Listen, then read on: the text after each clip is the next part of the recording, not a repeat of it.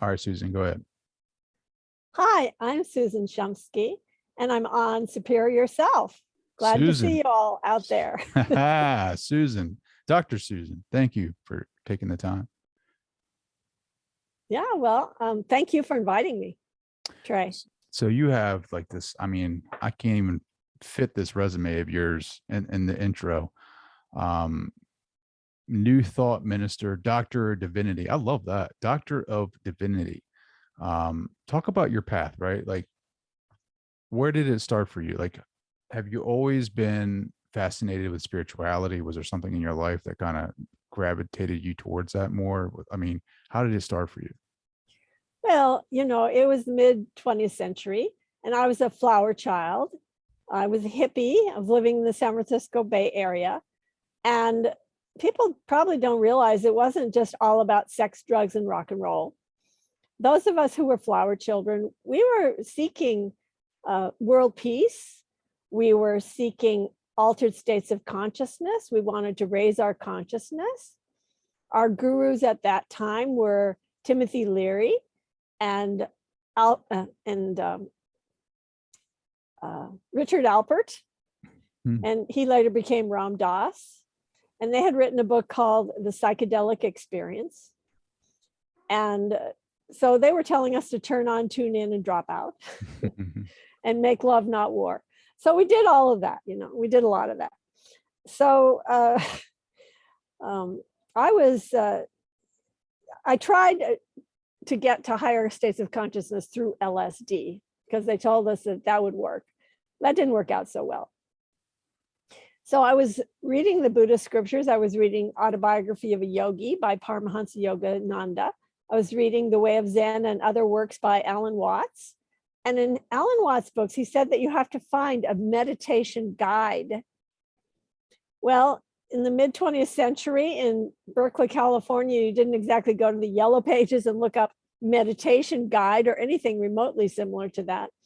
So I asked a friend, well, how do I find a meditation guide? He said, have you ever tried to meditate on your own? And I said, okay, I'll give it a shot, So I lay down on my bed. That's how clueless I was, Trey. I didn't even know you're supposed to sit up when you meditate. I lay on the bed and I sort of prayed for or asked for a meditation. And immediately I was propelled into this ecstatic state. I could feel this rush or cord of energy rushing from the tips of my toes all the way to the top of my head. And I felt like I was plugged into a cosmic electric socket, but in a most ecstatic way. And I figured, well, I guess this is meditation. I didn't know anything about it. Little did I know that I not only had my first meditation experience, but also Kundalini awakening all at the same time without any drugs or anything. So it wasn't too long after that a friend took me to the Transcendental Meditation Center in Berkeley. And I found out about Maharishi Mahesh Yogi, who later became the guru of the Beatles. And I went to India and studied with him. And in fact, I ended up staying in his various ashrams for 2 decades. And I was on his personal staff for 6 years. So that was the start of my story. Wow. Let us start. Oh. So your meditation, I mean, man, I couldn't even imagine, like, my first meditation being shot, like, I don't know if you were shot out of your body, but having that Kundalini experience, like, out of the gate. Like, people try for I don't know, years probably before they even reach that type of, experience. And for you to do that on the first go round, that's pretty impressive. What did it feel like though? Like, what did that feel like? Isn't it like an energy rushing up your spinal cord? It was a rush of energy that went through my entire body, not just up my spinal cord. It went from the tips of my toes all the way up to the top of my head. And it flowed. It was like, it felt like I was in a river, like I was in a current. I was in the current, and the current was flowing. It was just flowing. And I was a part of it. So it was pretty ecstatic. So when you went to India and you were in the ashrams, like, what, how did they have you? Like, did they just have you working on meditation? Did they have you, I mean, you were on staff, but like, what was like, when you go to India, like, when you first get there, what is your mission? Like, what is it that you're trying to achieve? Well, I went there to take the teacher training course with Maharishi Mahesh Yogi. he was teaching us to become transcendental meditation teachers. So I Mhm. went there for that purpose, and we spent a lot of time meditating in our rooms and having deep experience of that. And then I ended up staying after the course for another 3 months, just hanging out with him and only a handful of people, me and like 8 other people were in the ashram. So we got to hang out with him, and it was very blissful and ecstatic experience to be around him. He was quite an extraordinary person. There was a reason why the Beatles, were attracted to him. He was a really Sure. exceptional person. Could you at that point have like out of body experiences and things like that? Like explore the I universe in wouldn't that call way? it I wouldn't call it out of body experiences. I would call it in body experiences, experiences of the divine presence within. Mhm. The divine presence is within. It's everywhere present. It's within everything and everyone. So you don't have to go leave your body or anything to experience that. It's Mhm. within you. It's in a subtle area of your own being. We have this gross physical body, but then we also have a subtle body, and we have subtle experiences through our subtle body. And the subtle body has 5 sheaths. Um, Actually, there's the physical body and then 4 other sheaths. So we have the pranamaya kosha, which is your vital energy body, and then we have the manomaya kosha, which is your mental body, and the intellect ego body, which is called the jnanamaya kosha, and then we have the anandamaya kosha, which is your causal body. So these are all parts of your inner self, your subtle body. And then beyond that is your higher self. Your higher self, they call that Atman. Mhm. So these are all different aspects of your being. So when you are in deep meditation, you're experiencing the Atman, you're experiencing your higher self, actually. Well, how do you like in transcendental, you're giving a mantra, right? And you use that mantra to kind of has no meaning whatsoever to like silence the mind. And you start experiencing like a dark vastness, like a falling sensation almost, right? Like I felt that like a kind of like a falling back. But I don't know if it's fear or what, but it's like I can't get past that. Like I can't like I feel the falling sensation or something. And then it's like I don't get And you past stop. that. Yeah. You don't want to continue. I mean, I want to so bad. Like I want to like, I'm kind of, I'm not confused or nothing, but well, maybe I am confused, but it's like, no one, everybody, all my audience knows that I'm a big fan of Robert Monroe and his out of body experiences. Oh, And, okay. and, but I am listening to a lot of other people too, like Thomas Campbell, who is a great philosopher, and his book, My Big Toe Theory of Everything has really helped me. And then, uh, Bruce Moen, he was a student of Robert Monroe, but it was like they had out of body experiences, but they were also using their imagination to experience consciousness and to gain knowledge through the universe. And Mhm, it's like, when I say out of body, like, is it out of body, or is it like, is it in body? Like, is it really inside of you? Like, mhm, the great Oracle of Delphi was like, know thyself. That's it, right? Like, I mean, everyone that I talk to who's a great philosopher or a great thinker says, know yourself, go inward. But it's mhm, like when I try to go inward, like when I silence the mind, I'm either sitting in blackness and just kind of having that awareness, or my imagination kicks in, and then I'm somewhere else. And I don't know what's right. I don't know if there is a right, Does that make sense? yes, makes a lot of sense. And first of all, meditation, there's a lot of misconceptions about meditation. People think that it's hard. People think that you have to focus and concentrate, that you have to blank your mind, that you have to be without thoughts. All of these things are misconceptions about meditation. Meditation, first of all, is comfortable, it's easy, it's restful, and it should be blissful. It takes you into a state of deep relaxation, deep relaxation, inner peace, and unbounded awareness, limitlessness, an experience that you are one with God, or you're one with your true nature, you're one with the universe. Some of these kinds of experiences Hmm. are part of a real meditation. And okay, so you said that you feel like you're like falling. Okay, Hmm. so that falling feeling is falling into a deep state of relaxation and peace. If you just allow yourself to, you could just sort of think it like an elevator, and you're just going down the elevator and getting, the door opens at the bottom of the elevator, and there's the divine light. It's filled, then you're filled with light.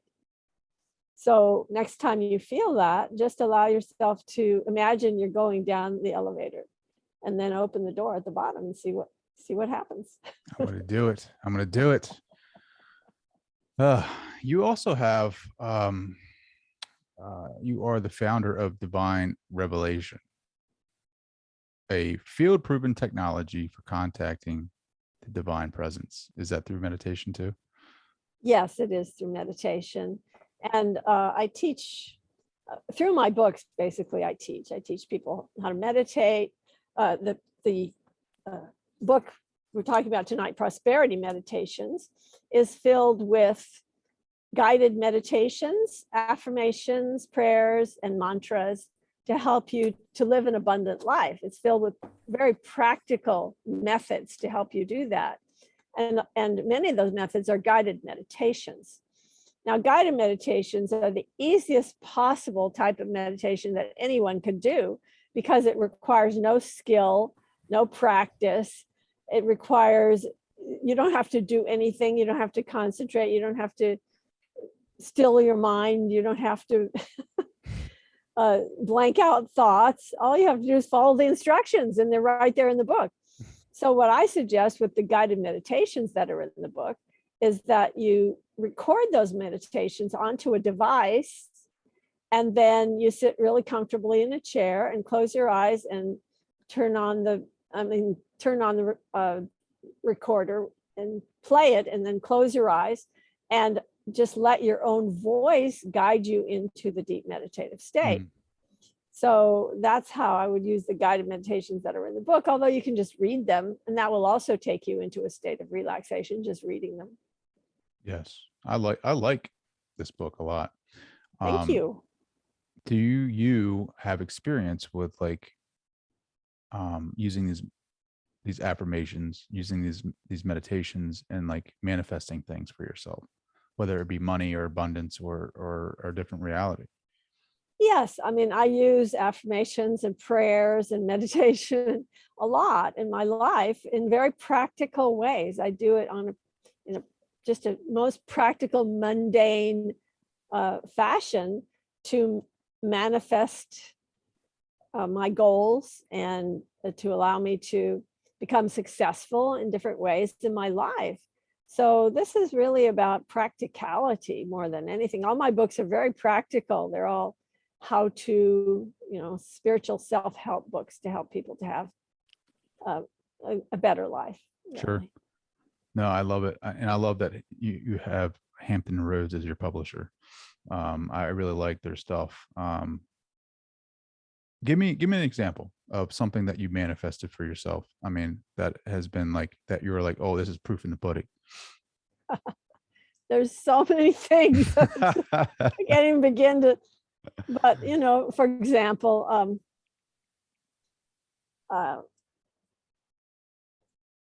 I started, I guess the first tour that I did was in 2001 to the Kumbh Mela in India.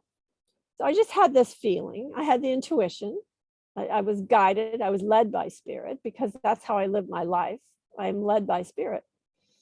So I had this feeling that it would be a good idea for me to take a tour group to India, to the Kumbh Mela, which is this giant festival in India. I didn't know anybody in India. I didn't know how the heck I was going to do it, but I just had the feeling I needed to do that. So I somehow on the internet, I found this person who was a tour guide, and I asked him if he could help me. And somehow spirit led me to that tour guide, because after I got to know him, I found out that he was doing tours for some person that I already knew, an astrologer that I happened to know, was taking people on tours to India and using him as a tour guide. And it was just random that I ended up with him, and he arranged the whole thing. And I brought 30 people to India, and that started a whole tour part of my life doing tours and manifesting great prosperity through that. Then I started doing tours to Peru. I did tours to Egypt, to Assisi, to Bali, just different places. And also I was doing retreats, spiritual retreats in places in Mount Shasta and in Sedona and other spiritual places in the United States. And then I ended up doing holistic seminars at sea. Then all of a sudden I was creating these huge conferences at sea where we would have 300 people going on a cruise ship, and we would have a whole bevy of lecturers and speakers and just a whole celebration at sea. So, that's one example. Another example is getting my very first book published by Simon & Schuster by listening to the still small voice within and following its guidance. Even though I got nothing but rejections, it ended up this incredible, miraculous way that this book got published by the biggest publisher in the world as a first-time unknown author who knows nothing about writing. I studied art in school. I went to art school. And I've won 42 book awards, by the way. Oh, yeah, 42 book awards. I have 20 books in print and 36 foreign editions. And I certainly was never intended to be a writer. When I was young, I was going to be an artist. I'm an artist. Sure. You tapped into that right side of that brain, huh? I guess so. So I want to know, how did you know to trust that voice, right? Like, how did you know that spirit was guiding you? Experience. When you have miracles happening in your life, I'll tell you something that happened 2 days ago. It's so mundane, but I just think it's really cool. It's so miraculous. So 2 days ago, I knew that I had to do 2 Zoom interviews that day. And I live in an RV and I have no home base. I'm in my RV right now. This is my RV. So I was parked at a Walmart. I was at a Walmart near Lancaster, Pennsylvania. And I thought I was going to do the Zoom interviews there. But then when I woke up that morning, my computer had crashed and I couldn't get it to start again. And I was really scared because my Zoom interview was coming up. And it took me hours to get the thing going again. And then once I got it going, I realized that the internet access was horrible there. There's no way I could have done the Zoom interview there. So I called up the guy, and it turned out he had completely forgotten about the Zoom interview, first of all. He totally forgot. And I said, oh, can we reschedule it for 7 o'clock tonight? I'm going to figure out where I'm going to get internet access. And he said, yeah, that's fine. So I rescheduled it, and I had 2 interviews, so I knew I had to do another one also. So then I went into meditation and I asked Spirit what to do. And Spirit said very plainly, very loudly, it said to me, go to the Tractor Supply Company in Chester Springs, Pennsylvania, and you'll know why you went there when you get there. So I start the vehicle, I drive over to, I get all this other stuff done that I knew I needed to get done. I got my propane, filled up my water, everything was fine. I drove to Chester Springs. I got to the parking lot, I parked. And as soon as I turned on my hotspot that I used to connect to the internet, I had the fastest internet connection I've ever had in any place that I've been in the last 6 months, or I should say 2 years, actually. I couldn't believe it. So I was able to do the Zoom interviews. It all went great. And also I had a great Thai food dinner there because they had a fantastic restaurant there. So it all worked out pretty well. And I mean, I know that's really totally mundane, but that's the kind of thing that happens to me all the time. Sure. Where are you at now? Where are you calling from now? I'm calling from Norristown, Pennsylvania now. And this has also a good internet connection. Not quite as fast as the one in Chester Springs, but it's good enough. Sure. So so do you typically stay in Pennsylvania for for your time, or do you go somewhere else? No, I travel all over the place. I happen to be in Pennsylvania at the moment. Yeah. So where are you headed now? Like do you meditate on that? Like I feel like Well, I'm I'm going going to out be west. going to, I always meditate on everything I'm going to do. Yes. But I'll be at the Conscious Life Expo in Los Angeles for anyone who is going to be there. That Mhm. will be February 7th, I believe, something like that, around that time, 7th, 8th. I'll be at the Conscious Life Expo. Maybe it starts at the 6th. Oh, okay. It probably starts like 5th or 6th. Sure. Anyway, I'll be there. ConsciousLifeExpo.com. If you want to come and see me there, I'll be teaching some workshops and doing a lot of other special things like leading meditations. And they have a whole lot of stuff that they have me do there. Oh, I got to check that out. So you just, I mean, for the majority of your life, you just been wandering, not wandering, but kind of like just free flowing, like following that intuition, that spiritual compass. Yeah, I follow my inner guides. I do my best. It's very challenging to do that, by the way. It's not. Well, It's doubt really, creeps really, in, right? Like you're like, really what are you? challenging It's like, to. Susan, what are you doing? Like, why are you going up? Why are you in Pennsylvania? Like, why am I doing? The analytical mind comes in and it's like, why are you doing that? Like, it's not right. And then you just kind of see things unfold and you see little, like you said, little miracles that happen. Little everyday miracles. What is it? Was it Einstein that said everything's a miracle or nothing is, or something like that? I'm paraphrasing, obviously. I don't know that one. Yeah, it's like you have to look at everything as everything's a miracle or nothing's a miracle. And I'm sure somebody will correct me on that, but I think that's such a fun way to live life. It's like scary. Like, where do I want to go? I meditate. Yeah, All it's right. not always fun. It's, Yeah. it's I pretty mean, challenging, frankly, because I'm often guided to do things that are very difficult to do. Sure. Let's take a tour in India. Let's go to, wherever. Find out what happens over here. But it works. It seems it works out for you. So that's good. It's working out. Yeah, it works. Yeah. Have you ever been to a place, like a very sacred place, a location in the world, and this had Absolutely. like in a totally like amazing experience? I would say Vaishno Devi Cave in Jammu, Yeah. India, What happened there? would be one of those places. It's just, you go into this cave and it just is filled with this spiritual energy that's so powerful. Also, by the way, the Kumbh Mela that I touched on before, that gathering of, there's thousands of saints that are gathered, in holy people that are gathered, and they're all in their little tents, and you can go and visit them and hang out with them. And it's really powerful too. I gotta look that up. So these manifestations in your book, Prosperity Meditations, is this from life experience? Like, is this from, like, you have like chapter 8, I just flipped it over, as like prosperous home and automobile, your ideal home and pictures. So visualization, like, is there a certain amount of visualization that people have to do? Do they have to feel it? Do they have to just see it? Like, what's the secret here to manifesting things in the reality? I think the biggest secret thing to manifesting things is to make a decision to manifest it.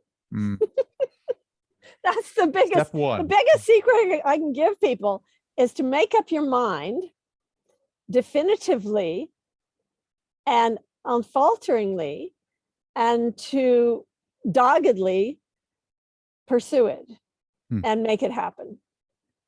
Make it happen. It sounds, very mundane, but really that's how things happen. Most things happen in life. If you want to manifest things materially, that is, that the best way to do that is to make a final and firm decision on manifesting that thing, and then make it happen. But, there's something about that. And that's the reason I don't like this idea of the secret, simply because there's this thing of, okay, make your laundry list and then make these things happen. Because first, before you make your laundry list, you really need to find out what is highest and best wisdom for you to manifest.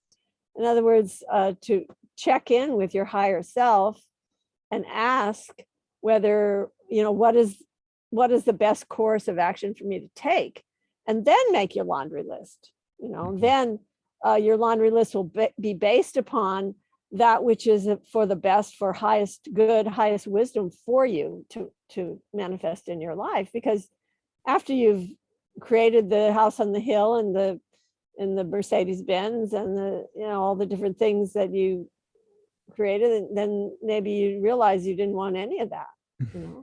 So so find out first, what is your heart's desire. Your heart's desire is tied up with your mission and your purpose. So figure out what your heart's desire is and then manifest that. Has it always been easy for you to kind of, I wouldn't say easy, but like you said, it's a little difficult for you, but like when in your life has it been a situation where like you were following your intuition and like everything in your being was telling, like, I don't say maybe not your being, but maybe your analytical mind was telling you, it was totally against it, like pushing you away, like, you know what I mean? Like, well, that was really the case with the manifest, getting this book published. Yeah, and writing it and getting it published. It was everything was very, telling you no. Oh yeah, everything was telling me no. And my agent said he wasn't going to represent me. And Spirit kept saying, oh no, he's your agent. He's still your agent. Don't sign with another agent and don't try to sell the book yourself. And that happened to me 3 different times when he kept telling me he wasn't going to represent me. After he first told me he was going to represent me, and then he said he wasn't. And then I kept after it over and over and over again, because Spirit told me, no, he's your agent. He's still your agent. Mm-hmm. So I did. And then he got the book published by Simon and Schuster. And now I have several books published by Simon and Schuster. Actually, I've got my memoir, I've got this book, and I've got my new books coming out in May, that actually Simon and Schuster is distributing that one too. When you hear Spirit, actually it's coming out in June. I'm sorry. Yeah. July. When sometime it's coming. It's coming out. Sometime. It's coming out. When you hear Spirit, like, is it your thoughts, or is it like a different voice, or is it like a feeling? Okay, so there's 3 basic ways that we receive messages from Spirit. And one is visually, where you see a picture in your mind's eye, a vision. Another way is auditorily, that means sound. So that would be a thought, like any thought that goes through your mind is an auditory experience. If you're thinking in words, if you're hearing words, okay, that's auditory. And then the third way is kinesthetic, where you just get a gut feeling about things. You just feel it. So I get all of them. I get visual, I get auditory, I get kinesthetic. So often I will get messages where Spirit just speaks to me. And like I was describing to you, Spirit said, when you get to Chester Springs to the Tractor Supply Company, you'll know why you got there. It's crazy. Like, you heard this Tractor Supply, head on down. Yeah. We get some 5G Wi-Fi. Well, it wasn't that I didn't know about the Tractor Supply Company. I mean, it was one of the places that sometimes I go to fill up with, something. Sure. So it's just like propane or water. Like head down. But Spirit said this. No, Spirit said specifically, go to the Tractor Supply in Chester Springs, and when you get there, you'll know why you went there. That's amazing. Do you have to build that up? Like, did you always have that? Like that? Oh no, I didn't have that at all. I had to learn everything. I started from nothing. I didn't have any intuitive abilities or anything when I was young. People say, oh, I've been a psychic all my life. Oh, I was a psychic in past lives. I've been a psychic for centuries. That's not me. I am building my intuition. Like, so I have been, it's funny. I know when I'm tapped in and when I'm not. So like, I've been practicing with playing cards, right? Like I'll put a playing card, on my desk, and I'll go to sleep and I'll practice my meditation, and I'll try to remote view. Yeah. And the first night I got it. I shouldn't say I got it. I got the card number and the color. I didn't get the suit, right? Okay. I was like, holy crap, that's awesome. I was like, wow, that's really cool. That's pretty amazing. And then I was doing a remote viewing exercise where somebody was like, all right, I'm going to draw something. And a horse came to me immediately. And I was like, all right. He showed the drawing and it didn't look like a horse. It was like 4 straight lines, but because it had, I guess the legs or whatever seemed to be a horse to me. And then he started drawing little circles. And I'm like, all right, well, that's not a horse either. And then the third time around, he did a horse. I don't know if my remote viewing skipped, or that feeling, the intuition skipped like all 3 segments until the last one, but he drew a horse and I was like blown away. But ever since then, I don't know if I got too cocky or what, but now I can't guess anything. So Well, it's I'm important to stay connected to spirit, yeah. and Well, the see, that's the connection thing, to right? spirit comes from meditation.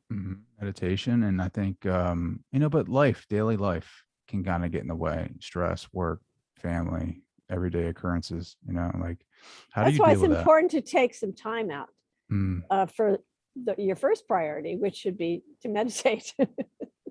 Just take some time to get quiet and still and begin a dialogue with spirit. Once you're in that quiet and still state during deep meditation, that's the time to do what most people do not do, and that is to ask a question, ask for guidance, ask for inspiration, ask for healing, ask for something specific, and then take a big deep breath, and then do what I call the do nothing program. That means do nothing, nothing, and less than nothing. And in that do nothing state, you will receive the answer, or you'll receive whatever it was that you were asking for. So it's a good idea to practice that dialogue, to keep that dialogue active with spirit, where you're asking questions and you're receiving the answers, and you're asking and you're receiving, and you're actually having this conversation. mm, So that's what I recommend, is to practice, practice, practice. Intuition is a skill. It's a learnable, teachable skill. And anyone can do it. Anyone can develop it, just like playing the piano. You can learn how to play the piano. At first, when you're playing the piano, you make a lot of mistakes. Doesn't work very well. Nobody wants to hear you doing it. Same with intuition. You'll make mistakes at first. Don't give up just because you make mistakes. Just keep practicing, practice, practice, practice. If you practice on a daily basis, you'll get really good at it. It's a skill. mm-hmm. So what can you do? Like when you're in, I'm assuming you're a pro now, right? Like I feel like your skill level is pro I don't level, know. I all mean, pro probably. I don't know that I'm that good. I have a good connection with spirit to be able to receive guidance about my life. Yeah. So, What about for yeah. other people? Can you do that for other people If too? other people ask, yeah, I can do it for them too. All right. But it's not like I'm gonna I'm not a ask. psychic. Well, no, Not a psychic. but I think that people can tap in at a soul level, right? Like Yes. so I'm gonna ask the all pro meditator, soul talking doctor here, Dr. Susan, like tap into my soul level and what is it that that you hear from me in my learning, in my growth. You're asking me to do a reading for you. I don't do that.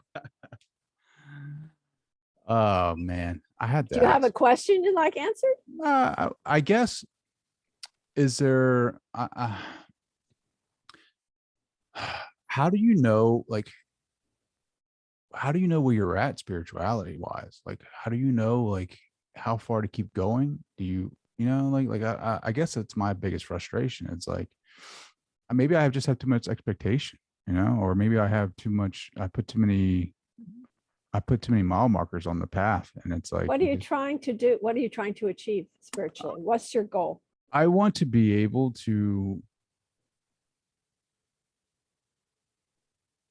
tap into the universe and know, like that higher wisdom, like know, with things that, like why we're here, like exactly why I'm here, what I need to be working on, like what is it that I need to be working on, what's next for us, once we get to because everyone thinks they're spiritually, I don't know, maybe we don't, maybe you may not, but it's like I feel like we're not as spiritually evolved as we think we are.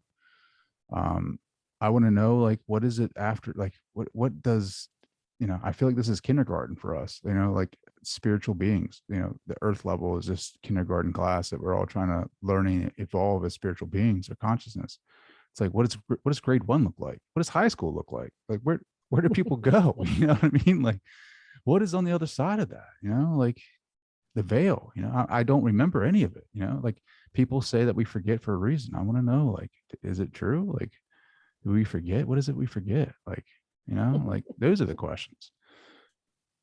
Okay. Well, what does your heart tell you about the answers to those questions? My heart tells me that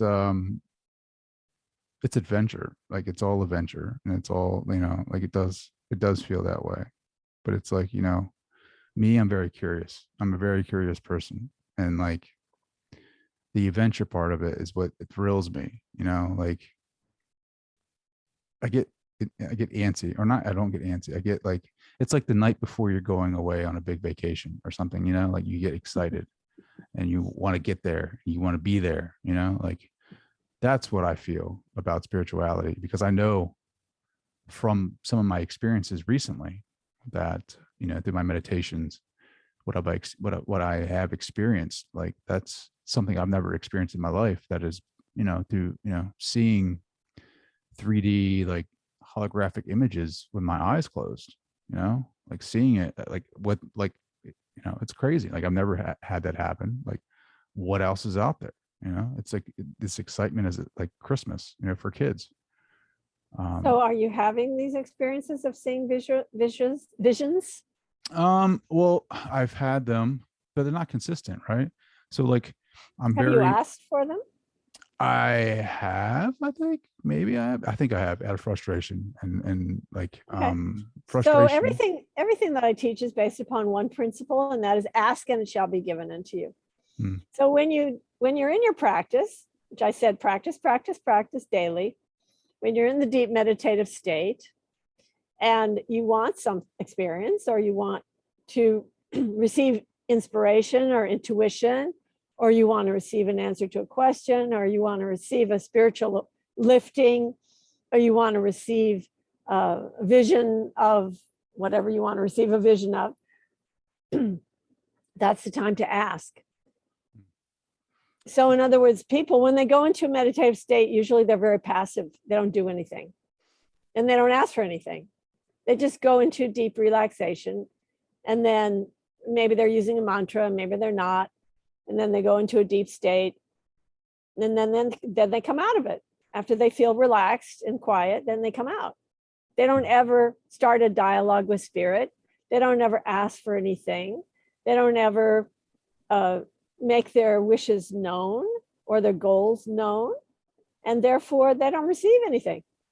Maybe I need to start asking more. That's what I need to do. Start asking and say it audibly, not just in your head. Don't spend your entire meditation in your head. If you actually speak audibly to spirit, speak. That's the reason why with the guided meditations, they're verbal. You're saying, you're speaking, you're using affirmations, you're using ways in which you are bringing this experience into the actual physical world. When you speak, when you say, for example, an affirmation, don't just read it to yourself from the book. Speak it, and speak it with conviction, and speak it with confidence, and say it like you mean it, and say it as if your higher self is speaking those words through you. That makes it even more powerful and more effective. Yeah, I don't do anything audible. Um, yeah, that's some great pointers. I appreciate that. I guess it's also like there's some fear in me too. Like, what if it's not uh like I'll Yes, you have, expressed the fear before, as yeah. if you said that you would go into a state where you thought you would be on the verge of letting go, but you wouldn't let go. What are you Well, afraid is going to happen? I well, mean, that I don't know. Fall into a pit. I don't know. Fall into a darkness. It never come out. I don't know.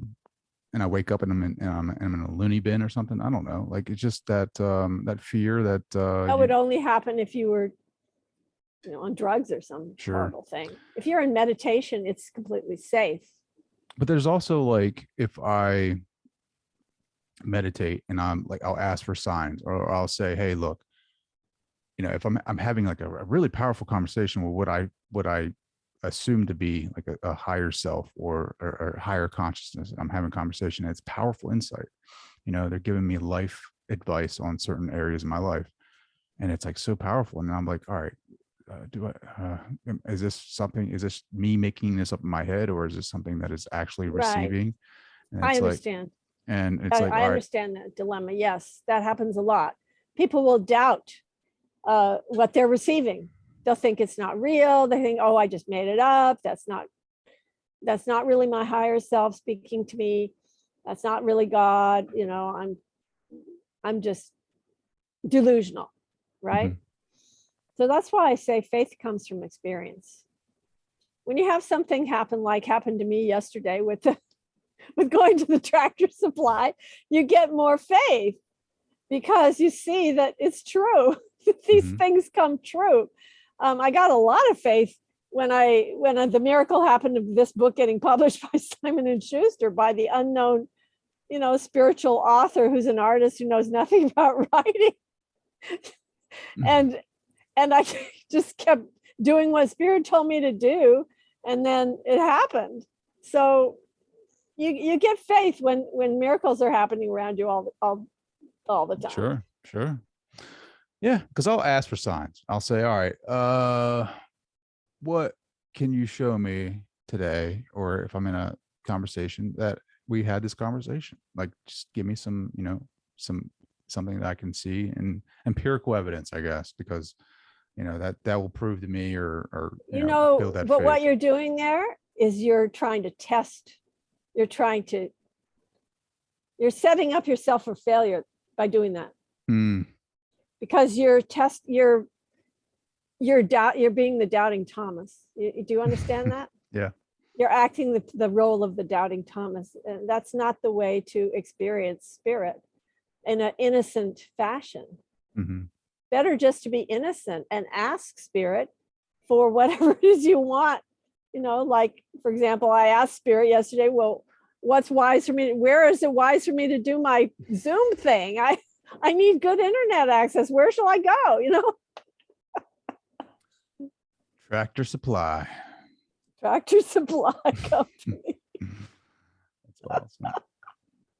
Yeah, no, that's right. You're absolutely right. Doubting Thomas, but it's like, it just, it's like, you don't want to be like, you want to be like, I don't want to believe anymore. I want to know, right? Like, it's always, oh, you have to That's have, right. You for, do want to know. a lot of the indoctrination that I've experienced in my life, dogma, religious dogma, has been, you have to have faith. You have to have faith that you're going to heaven, Yeah. or you have to have faith that Jesus is coming back. You have to have faith that this is this and that, or you're going to hell.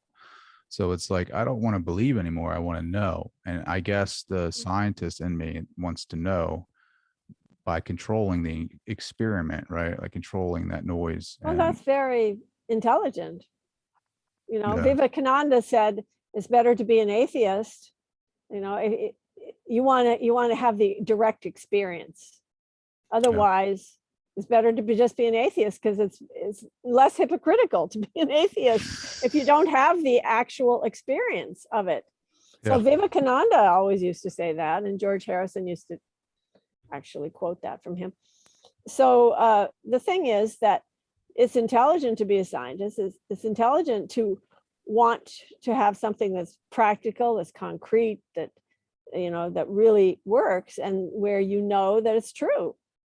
So my suggestion is to keep on doing your experiments, and that's why I say practice, practice, practice. I love it. I love it. So you've written 20 books. Is it 20 books? You said 20 books, or Yeah, like 20 books 20 in English. Wow. And this 36 foreign editions, 42 book awards. for a girl who never expected to be a writer. I know. And my guru Maharishi, he always tried to get me to write. And I just didn't have the confidence and I didn't do it. What about it? Like, I mean, why were you so afraid, or not the confidence? Like, why'd you lack the confidence in it? I just didn't think that I could do it. I don't know. I thought I'm an artist. I was always an artist. I didn't think I was a writer. And what made you, I mean, spirit told you to write, or did you just say, hey, look, I'll try it? Well, I was teaching divine revelation, this method that we've been talking about tonight, actually, the method of developing your intuition. And I was teaching it and traveling around the country and doing that, following my guidance and teaching. And then I realized no one's going to listen to me if I don't have a book. I need to have a book. So that's why I wrote this one, my first one. And Awesome. then once I had one book, I didn't stop at one. That turned out to be 20. I think, have you ever done like an Audible book? Are your books on Audible? Yeah, they're almost I'd say maybe half of my books are audio books as well. What about your meditations? Do you have anything that people can buy and download? Yes, I do. Even on my website, drsusan.org, I have a few guided meditations. Some of them are in CD, some of them are downloadable. Mm-hmm. And also I have these books that are, you can get on Audible, on Amazon, or a Tantor, different Brilliance Audio. Several different companies have published my books in audio. Out of the 20 books, which one was your favorite to write? Favorite to write? I guess it's like picking your favorite kid. I guess you can't do that. Favorite to write? Probably my memoir, Maharishi and Me, Seeking Enlightenment with the Beatles Guru. What was he like in person? Like, I mean, could you have could you be very yourself around him? Like very I vulnerable? could have been if I wasn't so young and so inhibited. I could have been.